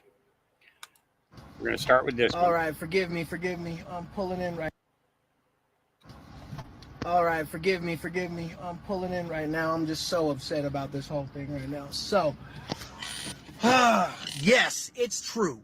If you've been seeing about the stuff in Aurora, Colorado, about the Venezuelan gangs taking over two apartment complexes, yes, it's very true. I happened to drive to Aurora today for business. Not even fucking, what time is it? Yeah, not even 3 hours ago I was in Aurora. All right, and I was right near where that shit happening. Let me tell you, man, holy shit. Let me tell you right now that this shit's no fucking joke. All right, these motherfuckers is really out here with fucking AKs, fucking guarding an apartment complex that does not belong to them. Okay? This is the Venezuelan gangs that came up here. I can't remember what the fuck their name is, but yeah, that's real. Like, the shit's getting dire. All right? I'm out here right now. Aurora, Colorado, or not Aurora, Colorado. I'm in Lakewood, Colorado, bro. All right? I'm on the opposite side of the metro area, man, but I go all the way over there for my videography. I go over there for recording shit. I go over there for all types of shit. I'm sorry, forgive me. I'm just heated about this. It's just really bad that, like, people really don't think this is happening, bro. This Venezuelan prison gang took over 2 apartment complexes in my fucking state, man. And, like, yes, it's real. It's getting real. That's why I stay with what I got. You know what I'm saying? And if you don't have something like that and this shit happening, you got to beware. That's all I'm saying. People see what you have. People see what you have when you don't look, man, and be prepared for that shit to get taken. I mean, that might be fear-mongering or whatever the fuck Kamala Harris want to say, but it's fear-mongering. No, it's fucking not. This is reality right here. This is like 10 toes down in the state. So if you're wondering what's happening with Colorado, that's what's happening, all right? This ain't no fear-mongering. There are people being charged rent out in this apartment complex, bro. They called the FBI. They said they could do nothing about it. They called the state, Colorado PD, all of them, dude. No, they can't do nothing about it. Oh, and they also called the marshals, from what I hear. Nothing they can do about it, apparently. Nothing you can do about immigrants taking over an apartment complex by force? What? Make it make sense. Make it make sense. I stopped by here at 12th and Dallas. Got quite a few of our officers out here that are out here tonight again. I've been out here for several weeks, making contacts with our residents, reassuring them about the criminal activity that's happening here and how we're going to address it. We're out here. We want to reassure the people that live in this community that we are actively investigating criminal activity that's happening and listening to them to so that we can learn anything that we're missing. You know, what are we missing, and actually find out what exactly is going on. We're out here because we care. I mean, nobody should be wearing this uniform if they don't care. And we want the residents and the people that live here to know that we care. We've been talking to the residents here and learning from them to find out what exactly is going on. And there's definitely a different picture. I'm not saying that there's not gang members that don't live in this community. But what we're learning out here is that gang members have not taken over this complex. We've really made an effort to the last few days to just really ask the specific questions and the direct questions in terms of the gang activity and who's actually making sure that people aren't paying rent to gang leaders or gang members, that's not happening. And we've discovered here today and yesterday talking to so many residents that that's not the case. We've been talking about, and they've been sincere with us. We really believe that they are sincere with us. And we're standing out here, and I can tell you that gang members have not taken over this apartment complex. Yeah. Well, let's get back to that other post that I was just at. So after falsely claiming the apartment building takeovers by migrants in Denver area was a hoax, the Colorado governor has released a new statement. Well, Governor, what do you got to say? Colorado is a zero-tolerance state for illegal activity.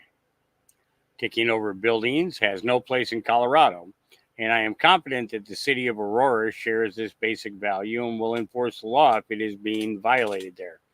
I urge them to do so quickly and in a thorough manner. Over the last month, I have been in regular contact with the city of Aurora and the Aurora Police Department and have offered any and all state assistance to support their efforts if requested. The state has been ready for weeks to back up any operation by the Aurora Police Department needed to make Aurora safe. Something just doesn't seem right about this guy. Not one bit. Yeah. I thought there was a...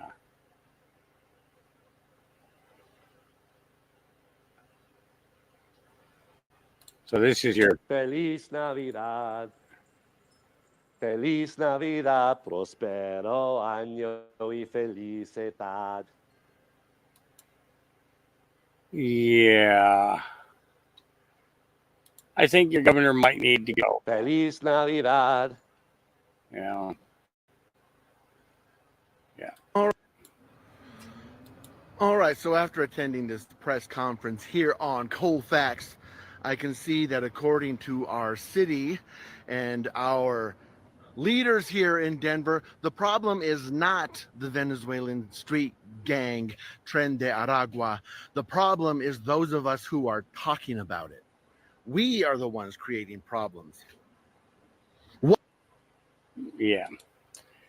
He went on to say things in a very colorful manner, but somehow he decided to edit that video to ensure that he wasn't giving anybody the perception that he was angry or anything. Amazing. We're being watched over vibes. Wow, look at that. That is beautiful. Now, notice the colors. Green, yellow.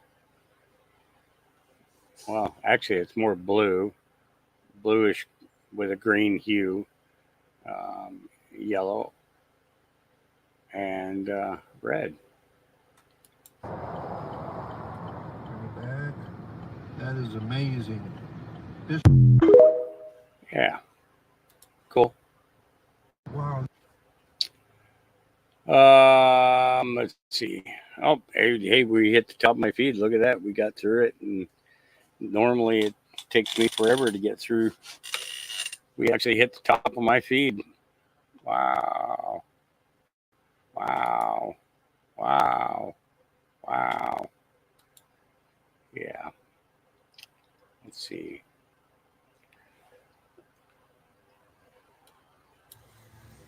So, a lot of people over the years, especially now that this is, national attention, a lot of people have asked me, does this make you nervous at all? Do you get scared? Do you get scared for your safety? I'm going to tell you guys like this. To the people that think that I'm doing this for laughs, for money, I'm not doing this because I'm bored. Yes, I stumbled upon it. This wasn't my career. This is something that just happened to happen. But the main takeaway here is that this woman needs to be exposed. And there are many different ways to do that in this world. Comedy happens to be one of the biggest ways to expose people for what they truly are. Absolutely, I'm scared. Of course, I'm scared. Look at how many unhinged people there are today. Now, I don't want this to get mistaken. I got God. I got God watching over me, and I have to believe, and I do believe, that He is with me. My father, may he rest in peace, he passed away 9 years ago. When I tell you that I feel His soul, His neshama, His essence next to me when I am in these times, it's not for you to believe. It's not for me to try to convince you. This is what it is. This is my reality. So to answer the question, yes, I am scared. I'm scared for my children because, like I said, there's too many unhinged people out there. I'm not scared of liberals. I'm not scared of these libtards, these keyboard warriors online. I'm not scared of them. I'll fucking eat them for breakfast. Quite literally. Not the Kamala way. Literally. Come for me. I will fucking come for you. But I am scared because times are crazy. There was this video that always circulated on Instagram that I really, really liked. I don't even know what the movie it's from. But the actor says, when it feels scary to jump, that is exactly when you jump. So, to answer all your questions, yeah, of course I'm scared. I'm terrified. But I'm not a chicken shit. Okay? That's the difference. People tell me, oh, what do you need this for? Oh, aren't you scared? I don't need this. I'm doing this for you. I'm doing this for my kids. I'm doing this for their future. I'm doing it for the people of this country who love this country and who want to see it thrive, not burn. It is not about making people laugh. Yeah, of course, we bring levity to the situation, but it's about exposing her. Yeah, what she said. It's about exposing her. And we're not talking about taking her clothes off because, oh, God. All right, here we go. Now, a wild story out of St. Clair County where what started as a stop for an altered vehicle tag ended with a human trafficking arrest and a child returned to their mom. Argo police arrested this man, Enoch Bravo, and charged him with several crimes, including electronic solicitation of a child, traveling to meet a child for sex, and human trafficking. Argo's chief says this traffic stop prevented more harm from coming to that child. He can't go into details just yet, but says Bravo brought the child from Kentucky to Alabama for illegal sex acts. Bravo is an on-ice hold because he is undocumented. That means he can't be released on bond. Now, a wild story out of St. Clair. And that's in California, right? I think. Is it? Oh, no, this is in Alabama. Yeah, illegal immigrant arrested for child trafficking in Alabama. And it was in St. Clair County. Led to an illegal Mexican national arrest for human trafficking. Yeah. Let's see, is there more information on this other than Velasquez? Bravo is being charged with first-degree human trafficking, facilitating the travel of a child with an unlawful sex act. Traveling to meet a child with an unlawful sex act, electronic solicitation of a child, and forgery. Yeah. Might have ought to not do that. Yeah. All right. Elon Musk says at current rates of government spending, America is in the fast lane to bankruptcy. Government overspending is what causes inflation. Did you know the U.S. government is planning on adding another $16 trillion to our national deficit through 2035? Page 141 in source below. So I'm going to take and we're going to make this big, guys. All right. So deficit.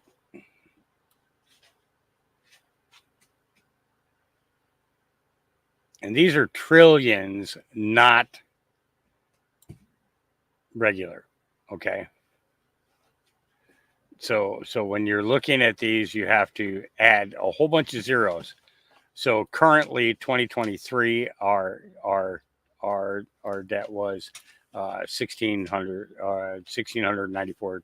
So it's basically 1,694,000,000,000. And then 2024, it's, another 1.859. And here's what they have planned for 2025, 26, 27, 28. And they're just going to keep adding that up. So, basically by the time they're done, you're looking at 16 trillion. Yeah, that's pretty messed up. That is pretty messed up. Yes. And it's got there's a actual link here to the budget, but I can periodically afford a pot to piss in, but I'm definitely not going to put the pot out for them to piss in because they'll steal the pot. All right.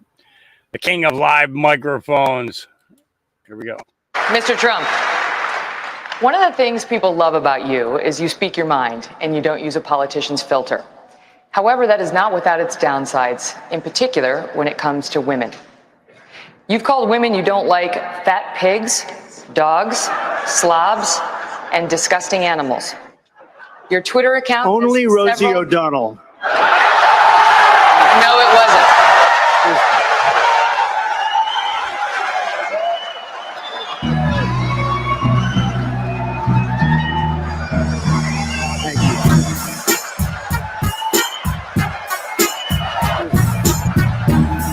Mr. Trump. You gotta love those little clips, right? Yeah.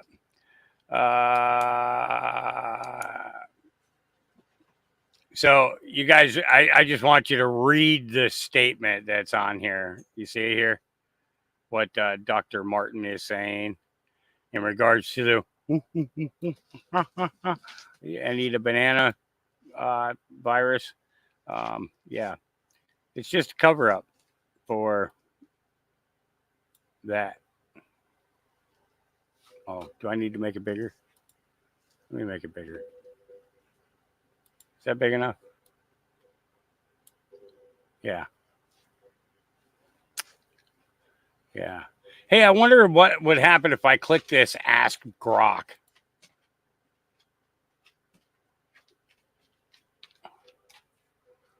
Oh. Grok almost tells you the complete truth. Almost. Almost. You see all the info we came up with, right? Thank you, Grok. So it's just one of those things. It's your thing. Do what you want to do. Georgia Governor Brian Kemp is preventing an investigation of the 2020 election from taking place. You want to know why he's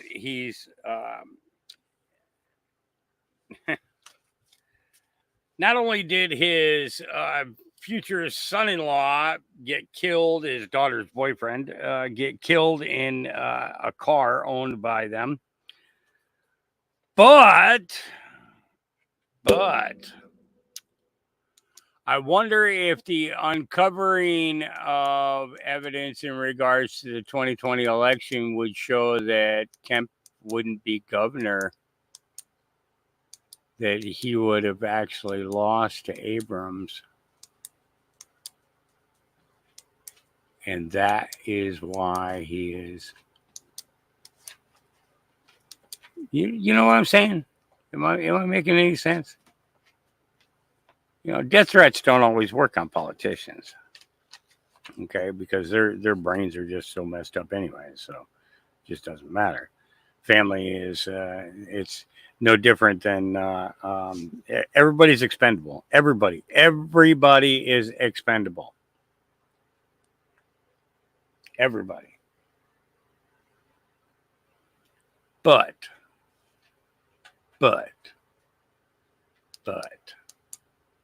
I wonder if anybody's actually looked in to see if Kemp legitimately won.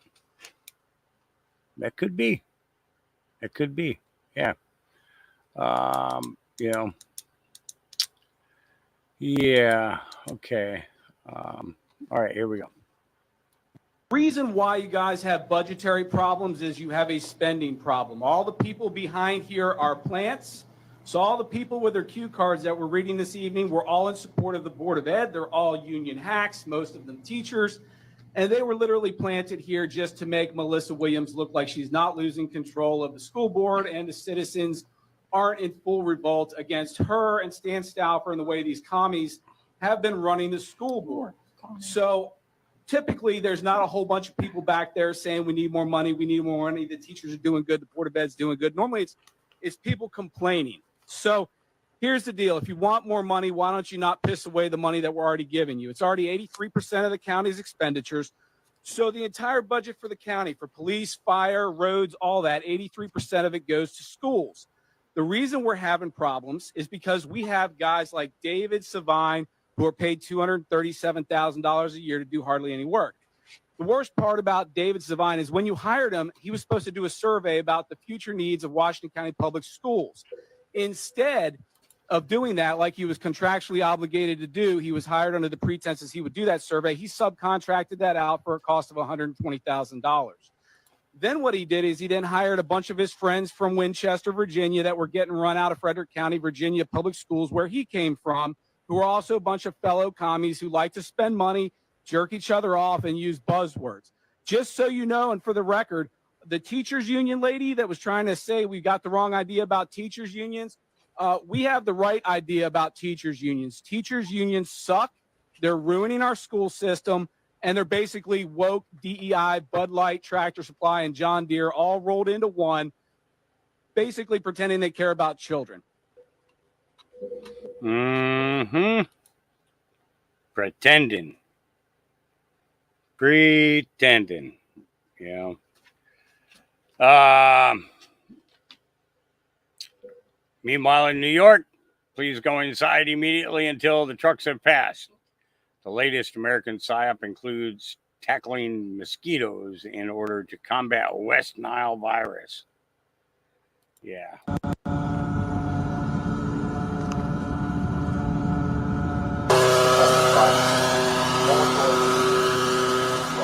The city is applying pesticide to reduce the threat of the West Nile virus. To minimize exposure to the pesticide, please go indoors immediately until the trucks have passed.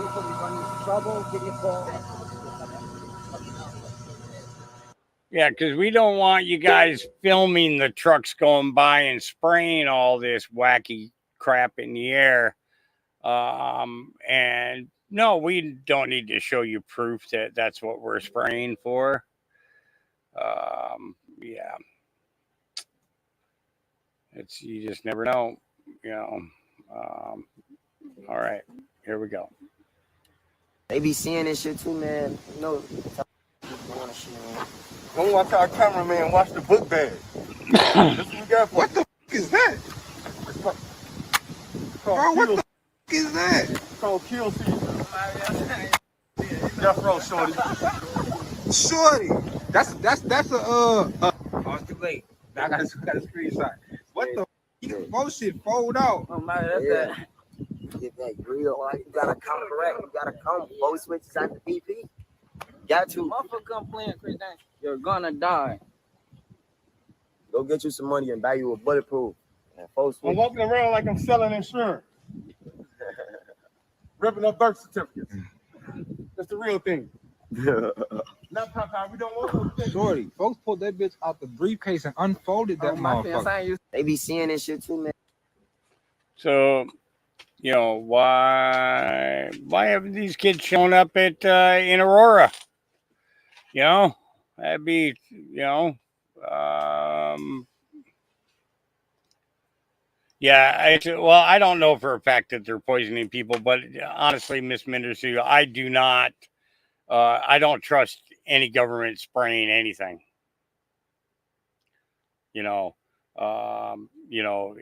It's like prime example. Okay, all right. So I was a very avid cannabis farmer. You know where my upper field is. You've been here to the farm, okay?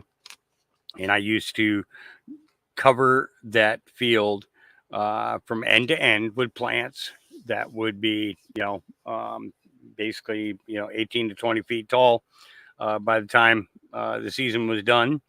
But my neighbor, he had a guy who came and sprayed his crops. And he flew right over my property,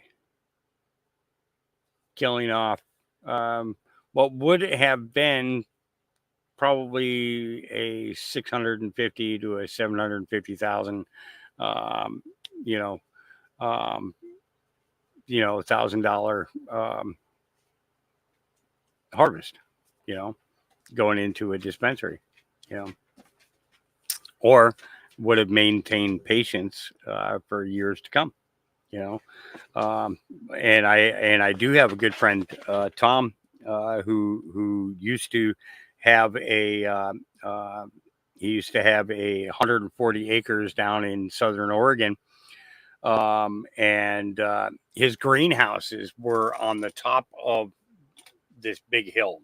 That's where he had them, and he walked out of the greenhouse, and this plane was flying so low to the ground that he had to walk over to the edge to look. Well, the plane came up, and when the plane came up, he was completely covered with what they were spraying. And this was a big plane. It was all chemtrail stuff. And he ended up dying. From that stuff. It shut down his complete immune system. He had severe neurological damage. He got to the point that he could not walk on his feet because every single step felt like nails were driving through his feet. Now, neuropathy, you get this tingling in your feet, like pins and needles kind of thing. But the way that he described it was that it was literally like somebody, driving nails through his feet. And that's just not, yep. We will be at the gate in 15 minutes. Okay. All right. Okay. All right.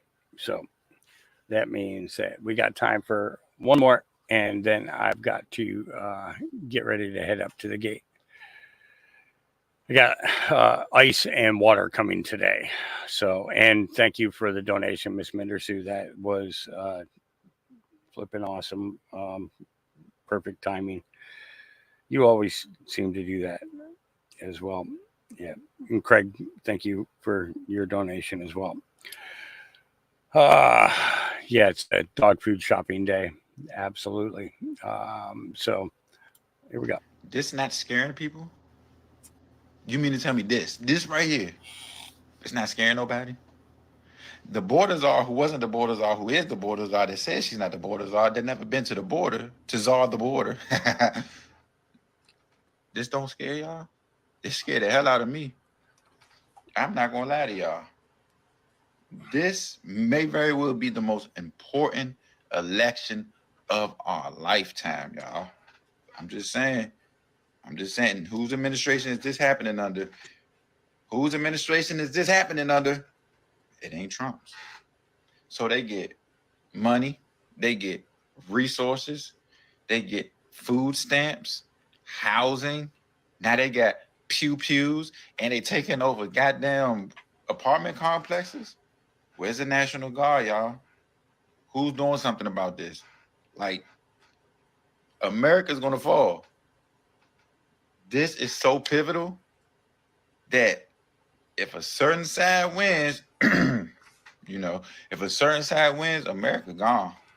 This is going to be a communist country, and we are going to be fucked. Y'all know what to do. Yeah. Not, yeah.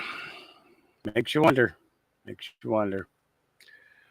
All right, guys. So that's going to be it for me. I've got to get this ice and water down here, and then I've got to get a dog food order in. They are looking at me like I'm dinner.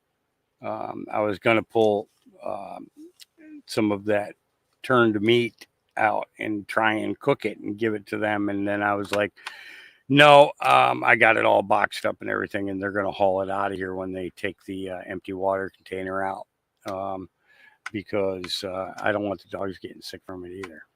You know, so that was nasty. Let me tell you, that was, yeah, very uncomfortable feeling.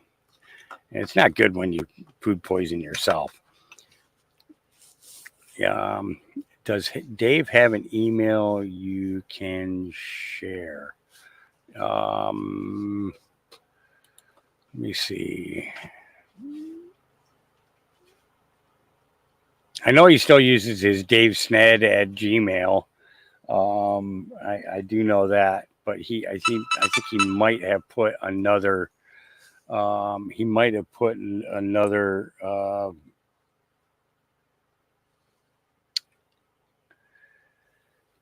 Email in here. Let me see. Oh, here we go. There you go. That's his new one.